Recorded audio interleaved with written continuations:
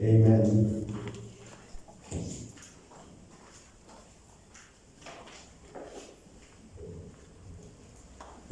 Praise God. Tayo po tayong lahat mga kapatid at tayo po ay magpapatuloy na lalapit na po sa presensya ng ating Panginoon sapagkat tayo po ay pinagpala na mga kapatid. Ang lahat po ng pinagpala, sumigaw ng Amen. Amen! Praise God. Amen. Pangasinan nyo na, amin. Sabihin mo sa katabi mo, masaya ka ba? Masaya ka ba? Masaya ka ba? At sabihin mo naman, siyempre naman. Siyempre naman! Praise the Lord. Siyempre naman. Masaya ka ba?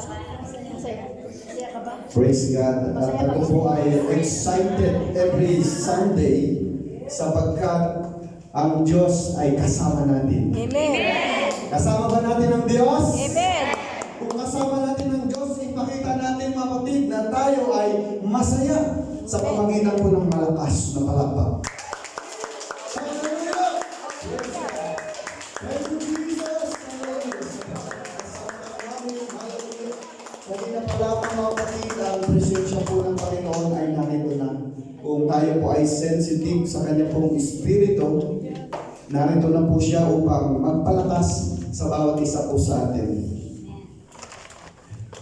Praise the Lord. Sa wala pong pagtatagal mga kapatid, at mamaya meron po tayong Holy Communion. So i-prepare po natin ang ating po mga spiritual condition, ang ating pong mga life, ang ating pong communion sa ating Panginoon habang tayo po ay lumalapit sa presensya ng Lord sa pag-aaral po ng Kanyang banal na salita. Praise God. At sa oras pong ito mga kapatid, hinihiling ko po ang lahat ng may mga Bible ay magbubuklat po kayo sa aking makipagbuklatan po kayo sa Book of Luke o Lucas sa New Testament po yan. Amen. Lahat ng may Biblia, sumigaw ng Praise the Lord. Praise the Lord! At ang sabi po sa Luke 9:57 hanggang babasahin ko po ito ng 57 to 62. Praise God. Sa Tagalog version, ang sabi po sa Luke 9:57, at paglakad nila sa daan ay may nagsabi sa kanya, susunod ako sa iyo saan ka man pumaroon. At sinabi sa kanya ni Jesus, may mga lungga ang mga sora at mga ibon sa langit at may mga pugad, dadapwat ang anak ng tao ay walang kahilingan ang kanyang ulo. At sinabi niya sa iba, sumunod ka sa akin. Dadapwat siya'y nagsabi, Panginoon, tulutan mo muna akong makauwi at mailibing ko ang aking ama. Verse 60, dadapwat sinabi niya sa kanya, pabayaan mong ilibing ang mga patay, ang kanyang sariling mga patay. Dadapwat yumaon ka at ibalita mo ang kaharian ng Diyos. At ang iba naman ay nagsabi, susunod ako sa iyo, Panginoon. Dadapwat pabayaan mo akong magpaalam muna sa mga kasambahay ko. Dadapwat sinabi sa kanya ni Jesus, walang taong pagkahawak sa araro ay lumilingon sa likod, ay karapat-dapat sa kaharian ng Diyos. Tayo po manalangin. Dakilang Ama sa langit, ikaw po ang Diyos ng mga Diyos at nagbibigay pagpapalat kalakasang espiritual sa bawat iyong anak. Dalangin ko po, Panginoon, ang pagkabasa ng iyong banal na salita. Gamitin niyo, Panginoon, ang aking labi upang maging samyo ng pagpapala. Itago niyo po ako sa inyong likuran, Panginoon. Bigyan niyo po ako ng inyong special anointing sa mga oras na ito. Lord, I pray, O God, wala po akong magagawa sa aking sarili kung wala ang iyong gabay sa akin. Kaya Lord God, punasan mo po ang aking labi. Patuloy mo po akong bigyan ng kapangyarihan kalangkasan. May bahagi ang iyong banal na salita. Anumang espiritu ng hindi pagkaunawa, aking pong ginagapos sinasaway. Hallelujah. Pinapakawalan ko ang espiritu ng pagkaunawa sa iyong banal na salita. Punan mo ang aming puso, Panginoon, ng iyong pagpapala. Ang lahat mo'y magsabing, in Jesus' name, Amen. At bago ka umupo, sabihin mo ulit at kawayan mo ang iyong harap at likod at sabihin mo, I'm glad you are here. I'm glad you are here. are here. Praise the Lord. Tayo po ay makakaupo na, kapatid. At ini-encourage ko po kayo, kapatid, na every Sunday, please, mag-invite po tayo, kapatid, ng visitors. Dahil napakahalaga, kapatid, ang bawat araw na lumilipas. Praise the Lord. Welcome kay Sister Gemma. Nakita ko niyan sa likod. Praise God. We are glad you are here. At syempre, sa lahat po sa ating mga kapatid, we are glad. Atin pong nabasa sa verse ng Lucas 9:57, there are three different people na nagbibigay ng dahilan kung bakit hindi sila makasunod agad kay Jesucristo.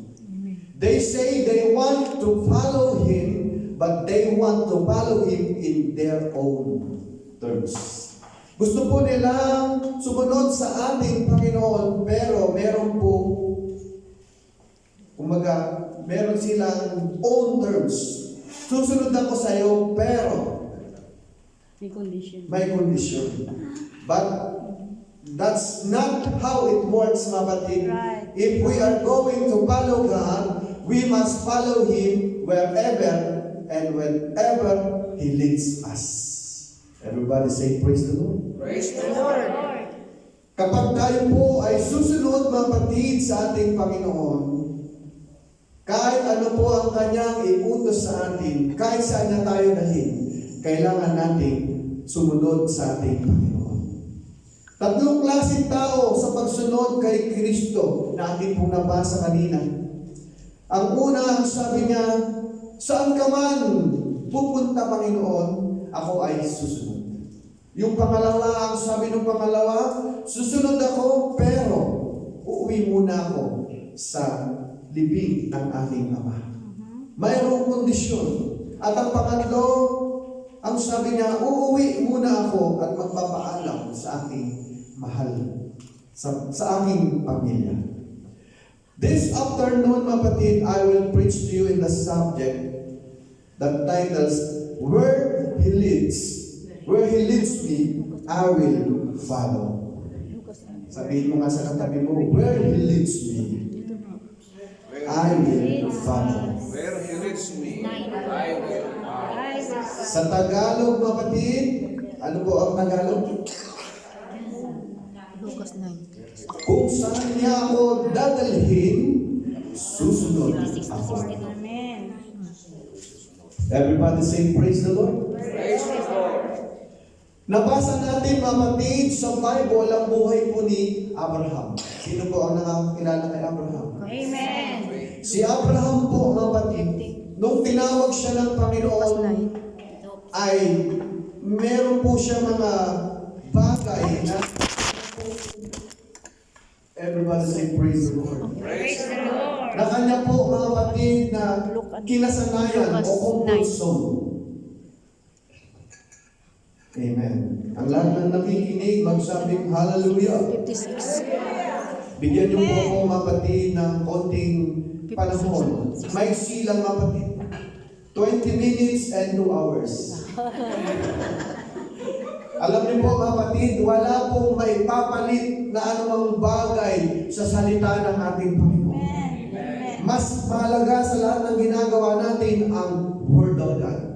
Sapagkat sa Word of God, doon po tayo lalakas. Sa Word of God, diyan po tayo makain ng ating spiritual life. Amen. Atin pong nabasa, mga kapatid, ang buhay ni Abraham. Si Abraham, meron po siyang mga bagay na ginagawa niya nung hindi pa siya tinatawag ng ating Panginoon. Maaaring siya po ay nag-i-enjoy sa kanyang mga kayamanan. Maaaring siya ay nag-i-enjoy, mga kapatid, sa kanyang mga negosyo. Ngunit nung tinawag po siya ng ating Panginoon, meron po naramdaman si Abraham. However, I have admit to Abraham wasn't perfect in following God. He made mistake along the way. Alam niyo ba, nung unang tinawag si Abraham, hindi niya po pinakinggan ng Panginoon. First call kay Abraham, sabi ng Panginoon, Abraham, follow me. Narinig lang ni Abraham. Alam niyo kung gaano katagal ulit bago pinakinggan ni Abraham ang pangalawang tawag ng ating Panginoon? 25 years. 25 years, mga kapatid, napakatagal. Pero, mga kapatid, meron pong plano kay Abraham ang ating Panginoon. Kaya nga, mga kapatid, nung siya po ay sumunod na sa ating Panginoon, siya po ay umalis doon sa lugar na kung saan meron po siyang comfort zone. Maaaring sa ating mga buhay, mga kapatid, meron po tayong mga bagay na hindi natin mabibitawan sa harapan ng ating Panginoon, kung kaya hindi po siya makakilos sa ating mga buhay. Amen. This afternoon, mga kapatid, as we look at this passage ng ating pong nabasa, ng salita ng ating Panginoon, we are going to learn truth about following God. Amen. Meron po tayong mga bagay na pag-aaralan upang malaman natin ang katotohanan para po tayo makasunod ng maayos sa ating Panginoon. Following God, mga kapatid, begins with the call. Ang pagsunod sa ating Panginoon magsisimula sa isang pagtawag. Mararamdaman niyo ba? Naramdaman niyo ba, mga kapatid, na tinawag na kayo ng Panginoon? Amen. Nung tinawag po tayo ng Panginoon, di ba, ang dali nating ayain. Yes. Nung tinawag tayo ng Panginoon, wala nang hindrance sa ating mga pandinig. Sis, dalo ka. Sige, walang problema. Meron akong panahon. Pero nung meron po tayong mga alibay, tayo po'y nagtatago. Andiyan na naman si sister. Ibigdahan naman niya sigurado mag-church. Ayaw ko. Kasi mayroon pang mga hawak tayo, mga kapatid, na tayo nag-enjoy sa ating mga comfort zone. Maaaring ang iba, mga kapatid, masayang nagsusugal pa doon. Ay. Ayaw ko mag-church kasi meron akong kaligayahan na everyday naka-mindset na sa kanya, uupo ako dun sa table. Maglalaro ako ng tong-its. Maglalaro ako ng mahjong. 7 pairs escalera. Todas. Alam ni Pastor, ah. Alam natin yung mga kapatid dahil ang buong pamilya namin talagang gamblers magmula sa lolo. Ay. Kaya alam po natin ang mahjong. Marinig mo pa lang yung ingay ng mahjong. Parang gustong-gusto mo nang umupo kahit antok na antok ka, manonood ka. Titingnan mo yung mga pagsalat-salat nila, mga kapatid. Maari, mapatid, na yan po yung mga comfort zone na ayaw po nating marinig na may nag-i-invite sa atin. Amen. Pero nung dumating ang pagkatawag ng Panginoon sa atin, merong sister na nanalangin sa atin day and night. At nung time na ikaw ay aayain, sis, dalawa naman sa church. Walang problema, sis. Amen. Nung tayo po'y tinawag ng ating Panginoon, dire-diretso na, mapatid, wala na pong hindrance sa atin nang tayo upo sa church, naramdaman mo agad ang presensya ng Lord. Dahil right time ang pagkatawag ng Panginoon sa iyo, hindi ka na mag-aalinlangan dahil yung mga hindrance inalis na ng Lord. Amen. Marami dito, mga kapatid, na bago tinawag, sinasabi, Pastor, dati nandun kami nagbibingo. Kasama ko si sister ngayon, si sister na kasama ko sa binguhan, narito na ngayon sa church, nag-worship, nag-baptize para kapatid, at very active sa paglilingkod sa Lord. Kaya, mga kapatid, yung pagsunod po sa ating Panginoon magsisimula sa isang tawag. Amen.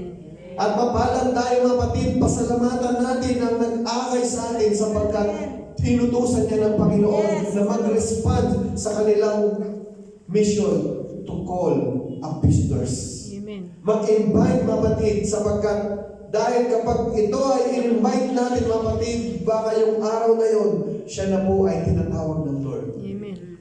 Amen. Kaya wag po tayong, sabi nga ng isang word, the word ng patamad-tamad. Wala pong Kristiyanong tamad, mga kapatid, sapagkat yung Panginoon natin, hindi po tamad.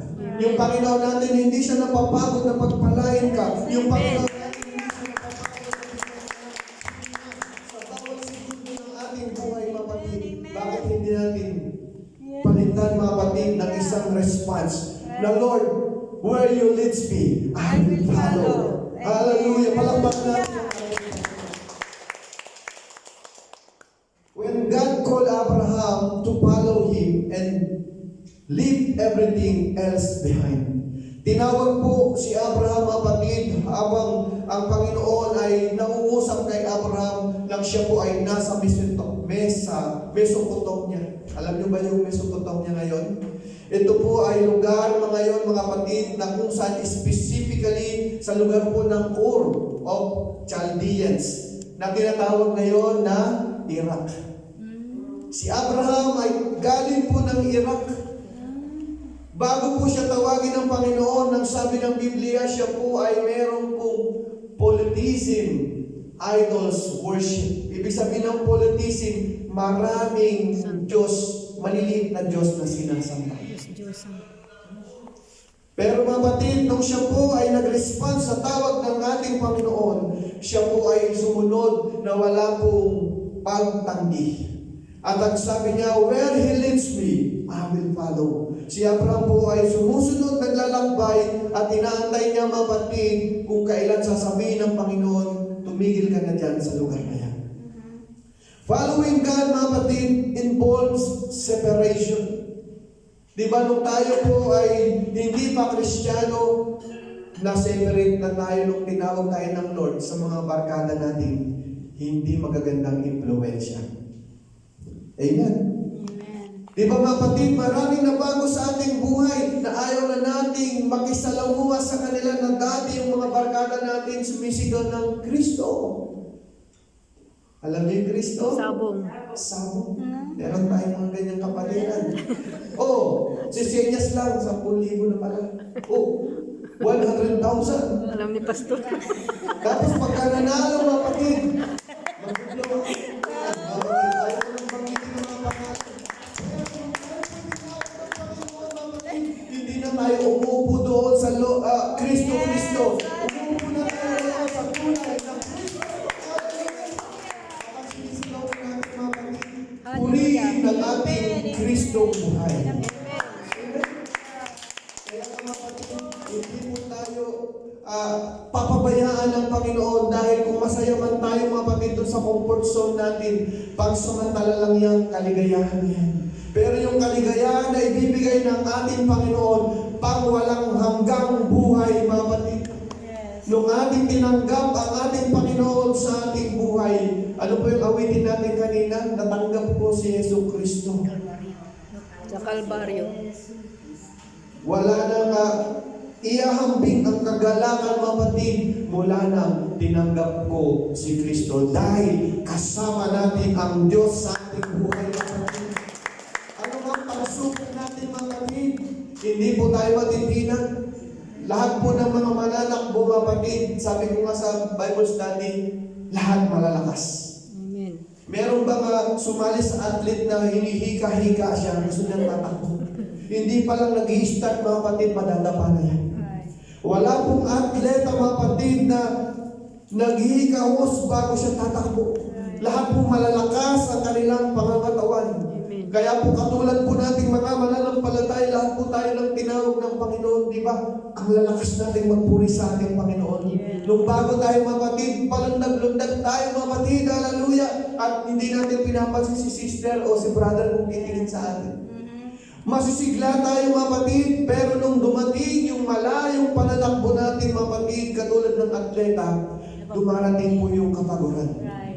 Napapagod din mga kapatid ang ating katawan, katulad po ng mga mananampalataya.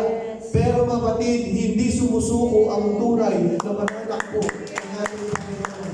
Kahit ano man mga hindrance mga kapatid natin, masasalubong mga kapatid sa ating daraanan. Merong matatalisod tayo mga kapatid. Ang iba may magsasabi, bakit ito si sister?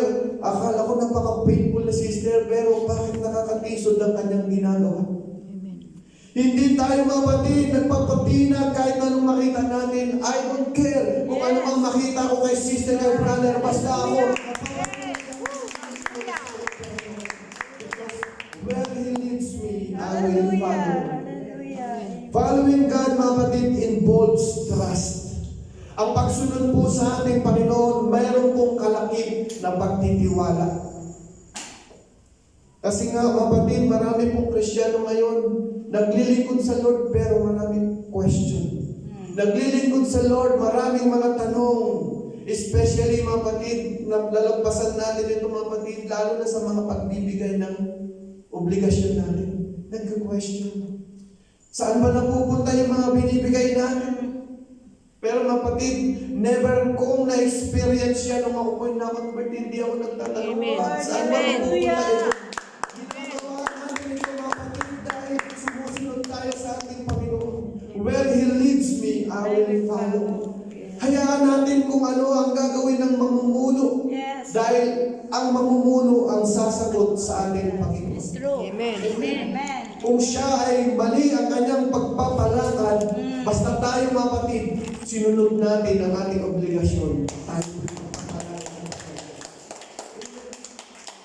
meron na akong narinig sa isang church, itinuro nila yung seed faith, mga kapatid. Ano po yung seed faith? Yung pananampalataya nila na magbibigay ako ng isang alay sa ating Panginoon. Dahil meron akong panalangin, Lord, ibibigay ko to by faith. Ang sabi nung isa, buong sahod ko, Lord, ibalik mo ang asawa ko. Faith yun, mga kapatid. Buong pera kong hawak na nasa bulsa, Lord, gusto ko makabili ako ng kotse this year.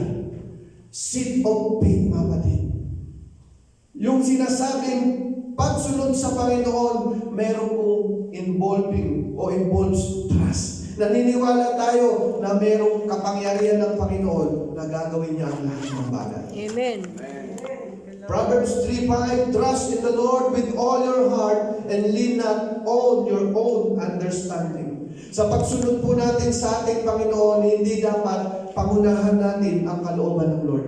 Yung kalooban ng Panginoon ang masusunod, gaya po ng ginawa ni Abraham, didn't know where he was going, so he had to trust God completely.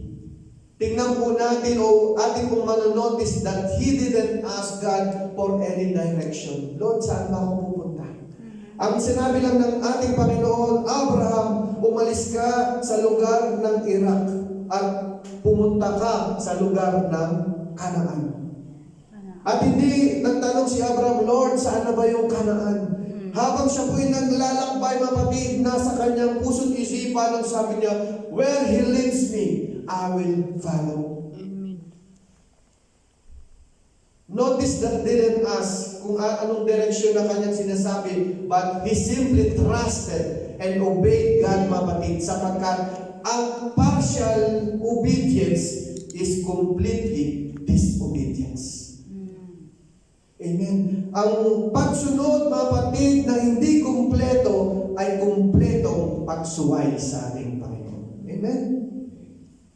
Ibig sabihin pala, pastor, kapag ang sinunod ko ay konti lang, hindi ako sumusunod ng buong kautusan. Amen. Kaya nga sabi sa 10 kautusan, mga kapatid, o 10 commandments, isa lang doon ang ating masuway, mga kapatid.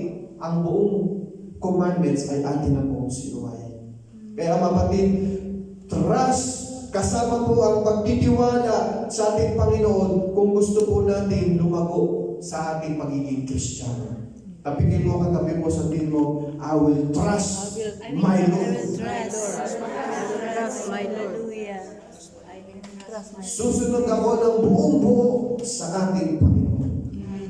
Following God involves obedience. Amen. Kaya nga mga kapatid, kapag tayo po ay naging Kristiyano na, meron pong word na napakahalaga sa pananaw ng ating Panginoon, yung word po ng obedience. Amen? Obedience is better than sacrifice. Kaya marami mga kapatid na mga naliligaw sa mga ganitong bagay, sila po ay nagsasakripisyo. Ako ay gagawa sa ubasan ng Panginoon. Pero ang sabi ng Panginoon, obedience is better than sacrifice. Mas gusto ng Panginoon, mapatid, yung ating pagsunod kaysa sa ating pong mga sakripisyo. Hindi naman masama ang mga pagsasakripisyo, mapatid, sapagkat kapag meron tayong obedience, kalakip na yung sakripisyo sa ating pagsunod. Psalms 128 verse 1, ang sabi po, blessed are all who fear the Lord, who walk in obedience to Him. Pinagpapalak, mapatid, ang mga natatakot sa ating Panginoon at sumusunod o lumalakad na mayroong pong pagsunod sa ating Panginoon. We have already seen that Abraham wasn't obedient the first time that called him. Yun nga, inabot pa ng 25 years, mga kapatid. Kumbaga, in-ignore niya Abraham. Nandun pa siya sa isang lugar. Nung napunta siya doon sa lugar ng Ur, 25 years, ang sabi niya, yes, Lord, I will follow. 25 years, mga kapatid. Bakit po 25 years inabot ang pagsunod ni Abraham? Dahil meron pa siyang mga hawak na bagay sa kanyang buhay na hindi niya mabibitawan, mga kapatid. Maaring ang kanyang comfort zone, ang kanyang mga kayamanan, mga kapatid, ay ayaw niyang bitawan. Maaring, mga kapatid, ang kanyang mga barkada, mga kapatid, hindi niya maiwan. Maaring, mga kapatid, ang kanyang mga kumbaga yung pride, mga kapatid, yung mga kanyang business ay hindi niya maiwan. Pero nung dumating ang panahon, mga kapatid, 25 years, I will follow you, Lord. It must easier, mga kapatid, to obey God when you remove hindrance from your life. Meron po mga nagdadahilan, marami po akong nai-invite sa church, mini-message ko sa Facebook, Brad, attend ka naman, sis, attend ka naman. Sige, pagka wala na akong trabaho, paano kung sasabihin ko, sige Brad, ipag-pray natin, mawalan ka ng trabaho. Di ba mas kawawa naman? Ba't hindi na lang niya natin isagot, I will pray, nabigyan ako ng time ng aking employer na makakalabas ng church. At dadalo ako doon sa iyong gawain. Di ba mas maganda, mga kapatid? Dahil kapag tayo po ay may mga hindrances sa ating life, mahirap susunod sa ating Panginoon.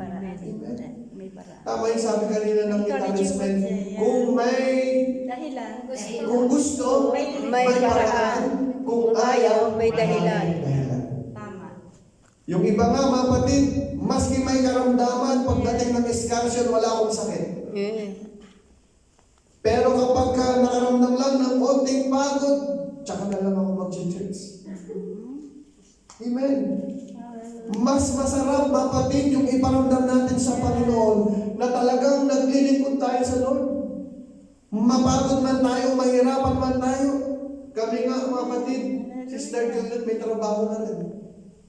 Ako nagtrabaho, mga kapatid, pero wala akong sinasabi, mga kapatid, pagod na. Hindi naman kayo sumusunod. Wala naman nag-i-invite sa inyo, kami lang. Pero yung ini-invite din namin, ayaw din. Tunay nga, mahirap talaga mag-invite, mga kapatid, kapag yung ini-invite natin, maraming reservation. Pero I believe one day, mga kapatid, aanihin natin yung ating mga pinagpapagalan. Huwag tayo magsubukan, mga kapatid, na mag-invite, mga kapatid, kung saan nasabi nila, next time, invite natin, kulitin natin sila, mga kapatid, isang araw magulat ka, yung upuan mo, uupuan na ng bisita mo. Amen. Hindi na tayo upo dyan, mga kapatid. Palagi kong sinasabi dahil na may vision ko in the future, wala na tayong upuan na paglalagyan, kundi yung mga bago na yun. Amen. Hindi pa makapakasarap at makakaligaya. Mapunong-puno tayo dito, mga kapatid, na wala nang bakante. At marami na mga assurance dyan na nakatayo, mga kapatid. Nagpa-function na lahat ng department, mga kapatid. Ipag-pray natin na magbabuksan na natin yung men's department, ladies auxiliary department, youth department, children's department. Wala pa yan, mga kapatid. Magsi 7 years na tayo. Magtrabaho po tayo sa ubasan ng Panginoon.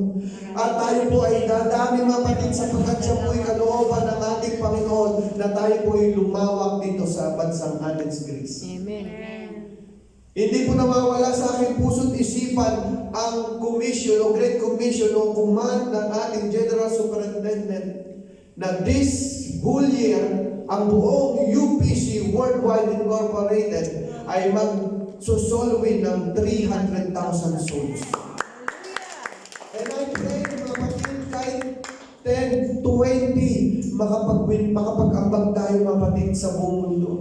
Hindi ba tayo nahihiyak sa Panginoon na magsi 7 years na yung iba wala pang bunga? Amen. Lahat ng namunga na rito magsabi, praise the Lord. Praise the Lord. Di ba yung mga pamilya natin, ang sarap kapag atin po silang naakay na baptize. Bunga na po natin yan. Amen. Tingnan yung mga kapatid, si Sister Gloria, nagdadahan-dahan na rin yan mag-win ng soul. Amen. Nadadala niya na si Sister Maricel. Yes, Amen. Pastor. Si Lester. Amen. O, sino po nagdala kay Sister Gemma? Sister Glo. O, Sister Glo. Hindi ba kayo nag-challenge mga kapatid na every Sunday upo tayo dito, kakanta, wala tayong big-big na bisita? Hindi ba tayo nahiya sa Lord na sabi ng Panginoon, bibigyan kita ng pagpapala anak dahil simba ka lang ng simba? Di ba mas masarap kung tayo po ay bibigyan ng blessing ng Lord na, Lord, eto po bisita ko, dinala ko. Amen. Lord, eto pong bisita ko, na-baptize na ngayon. Amen. Yung bisita ko, Lord, siya po ay mas active pa sa akin. Amen. Amen. Meron pong mga nagdala noon dito, mga kapatid, wala na. Pero yung dinala nila, mas active ngayon, mga Amen. kapatid. Baptize in Jesus' name, receive the Holy Ghost, mga kapatid. Ako po siyang ministry na ginagampanan na napakahalaga sa ubas ng Diyos, Lord. hallelujah. Following God involves surrender. Ang pagsunod, mga kapatid, sa ating Panginoon, mayroon pong kalakip na pagsuko. Kaya mayroon pong awiting, I surrender all. Kung atin pong dadamdamin o nanamdamin ang awiting, I surrender all, ibig sabihin, Lord, I give it all to you. Huwag po nating awitin ng I surrender some. Kapag I surrender some, yun lang gusto nating ibigay sa Panginoon. Pero yung all, mga kapatid, yun po ang hinihingi ng ating Panginoon. Amen. Kung maintindihan lang natin, mga kapatid, na binigyan ka ng buhay ng Lord ngayon, pwedeng kunin ng Panginoon any moment. Kung ikaw ay mayroong karamdaman na ngayon at nasa banig ng karamdaman, hindi ba manghihinayang tayo, mga kapatid? Meron po tayo mga kapatid na nagsasabi nung nasa banig ng karamdaman, pag ako pinagaling ng Panginoon, maglilingkod ako sa iyo. Yes. Bakit pa natin hihintayin yun, mga kapatid? Habang tayo po'y may lakas pa, mga kapatid. Bigyan natin ang ating buong lakas sa ating Panginoon. Kung ang ating pinakamalakas na pagsamba ay ganun, mga kapatid, yun yung lakas natin. Yung iba, mga kapatid, merong matanda na mga kapatid, uugod-ugod na, pero nakita ko doon sa conference, pumapalakot siya, mga kapatid. 8 years old, mga kapatid, umiiyak siya, mga kapatid, at pumapalakot, hindi siya naiiyak. At umiiyak, mga kapatid, kasama ng mga sipon, lumuluha, mga kapatid. Wala siyang hiya, mga kapatid, sapagkat ang kanyang sinasamba ay hari ng mga hari.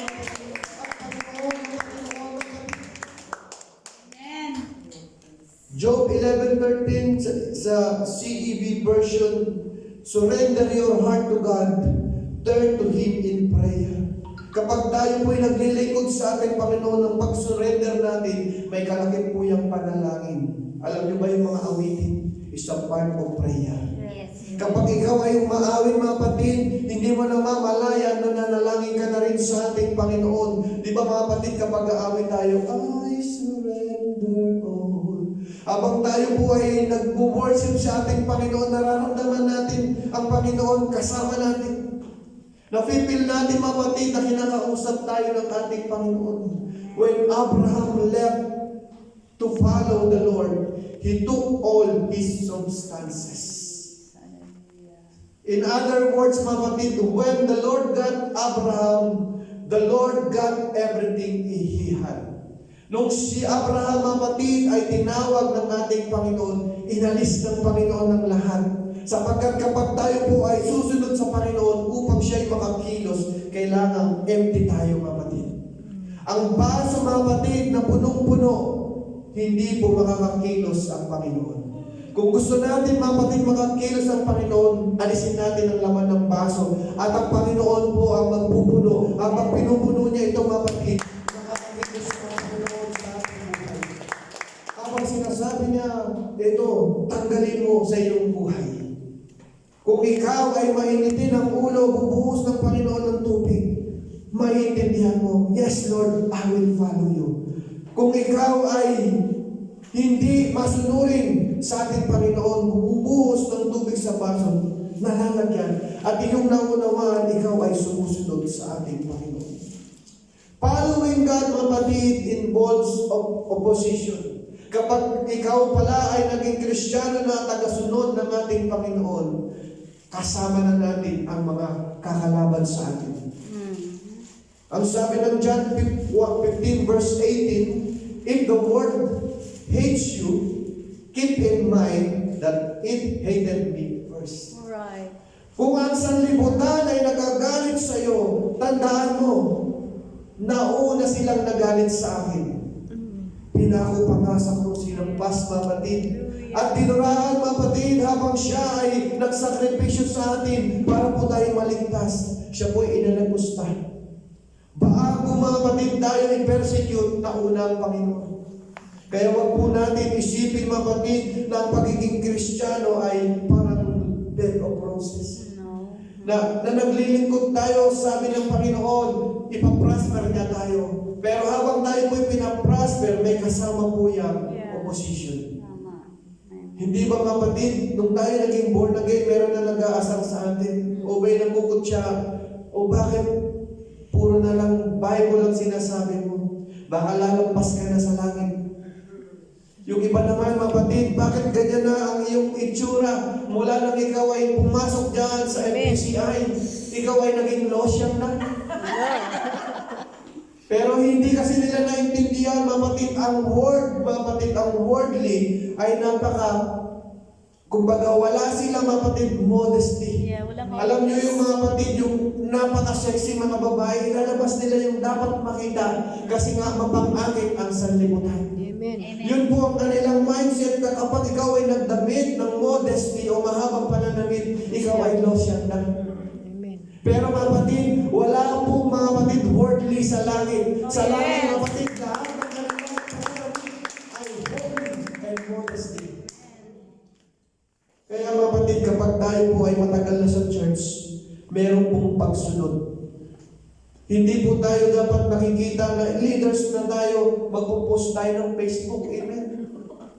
O si sister, di ba leader niya, bakit napit yung pantalon niya? Bato-bato sa langit, ang tamahan, ang sakit ng Lord, mga kapatid, ay nakakalinis sapagkat ito ay holy, mga kapatid. Amen. Hindi po tayo, mga kapatid, dapat papabayaan ng ating pastor. Hindi dapat tayo papabayaan ng mga leaders, mga kapatid, sapagkat ang truth ay nakakalinis. Alam niyo, mga kapatid, kapag ikaw ay naging isang tunay na Christian, meron tayong vow. Alam niyo ba yung vow? Sino po ang kinasal, mga kapatid? Meron po kayong vow. Ang sabi, for better and worse. For sickness and health, magsasama pa rin. Meron po tayong pinagsumpaan. Pero mga kapatid, mas matindi yung ating vow nung tayo tumanggap sa Panginoon. Mga kapatid, ang ating vow, hindi lang sickness. Kapag tayo po'y kinuha ng Panginoon, heaven, mga kapatid, ang ating pupuntahan. Amen. Hindi ba mas maganda, mga kapatid, yung vow natin, Lord, where He leads me, I will follow. Tingnan nyo, mga kapatid, ang aking may bahay. Perfect example yan. Sa pananamit, makikita nyo magtatrabaho yan, hindi yan magpapantalon. Amen. Kapag siya nagpantalon, nasabihin ko, nakakatisod ka, Sister Juliet. Hindi ka halimbawa bilang husband o pastor's wife. Ang mga tunay na naglilingkod sa Panginoon, mayroong pong pagsunod. Amen. Masakit, mga kapatid, pero sasabihin natin, that's for me, Lord. Amen. Kailangan natin, mga kapatid, na kumain ng salita ng Panginoon na merong matitigas na pagtutuwid sapagkat ang paglilingkod sa ating Panginoon, kailangan natin merong submission. Amen. Obedience, mga kapatid. Last to, mga kapatid, following God involves faithfulness. Ang pagsunod sa ating Panginoon, kasama at kalakip na po yung pagiging faithful. Hindi po tayo lumiliban sa pagdalo ng gawain, sa pagdalo ng mga Bible study, habang tayo po ay may pagkakataon. Amen. Sa mga walang trabaho, kapatid, kailangan nating sumunod sa paglilingkod sa Lord. Kailangan nating umattend dahil tayo po ay kailangan kumain ng salita ng Lord. Kapag meron po tayong part-time o trabaho sa oras na yun, it is okay mga kapatid. Merong reason. Pero mga kapatid, ang Lord nakakakita sa atin kapag tayo ay available, hindi natin binibigyan ng time. Alam niyo kung sino nagsasuffer? Tayo rin. Hindi tayo lalago mga kapatid sapagkat ang salita ng Panginoon, sabi ng Bible, meditate Him day and night. Everybody say, praise the Lord. Praise the Lord. And lastly, mga kapatid, following God involves times of testing. Diyan, mga kapatid, daraanan natin ang mga pagsubok sa ating pananampalataya. Nung tayo nagsisimula, akala natin puro masasarap, masasaya, maliligaya, palakpak tayo ng palakpak. Pero nung dumating na ang time of testing, ayaw ko muna mag-church. Magpapalakas muna ako kasi meron akong pagsubok. Ang sabi ng Panginoon, mga kapatid, ang sabi ng ating topic, where He leads me, I will follow.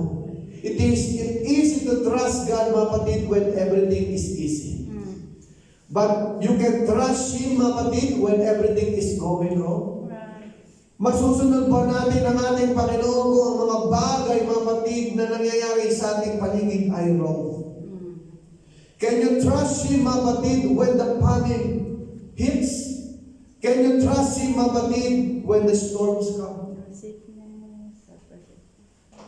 Magtitiwala ba tayo sa ating Panginoon kapag tinanggalan tayo ng trabaho ng ating employer? Magtitiwala ba tayo sa ating Panginoon kung sabihin ng doktor, ang karamdaman mo ay hindi na gagaling? Amen. Sister, meron siyang pupuntang lawyer. Amen. Praise God. Can you trust Him when your money is gone? Amen. Kung nawala ang pera mo, magtitiwala pa ba tayo sa Panginoon? Magtitiwala ka pa ba sa Panginoon kung ikaw ay iniwan ng mahal mo sa buhay? Di ba maraming ganyan? Nung iniwan ng kanyang asawa, meron akong nabalitaan sa Pilipinas, very faithful. Pero yung asawa niya nagloko, pati siya mga kapatid, hindi na rin siya nagpatuloy sa doon. Bakit mga kapatid? Dahil ang kanyang pong faith nakasalalay doon sa tao. Pero kung ating pananampalataya mga kapatid, nasa Panginoon, kahit na anong pagsubok sa ating buhay, magpapatuloy tayo maglilingkod sa ating Panginoon. Dahil ang ating kaligtasan mga kapatid ay individual. We must trust Him and follow Him where on the mountains or in the valley. Tatayo tayo mga kapatid sa ating pagtatapos. He's still God and He's still good no matter what we are facing in life. Mga kapatid, where He leads me, I will follow. Gusto ko kong sabihin, mga kapatid, sa bawat isa, will you follow Him wherever He leads? Susunod ba tayo, mga kapatid, sa ating Panginoon kahit na ano ang Kanyang i-lead sa atin? Where you follow Him regardless of the cost. Ang aking pong panalangin ngayong tanghali, mga kapatid, that no matter what comes our way, we will still and I will trust you, Lord. Hallelujah. Tayo pong lahat ay lalapit sa presensya ng ating Panginoon. Habang hinihiling ko na tutulungan ako ni Brother Eddie habang tayo po ay lumalapit sa presensya ng ating Panginoon. Bakit hindi natin siya aawitan, mga kapatid? Hallelujah. Where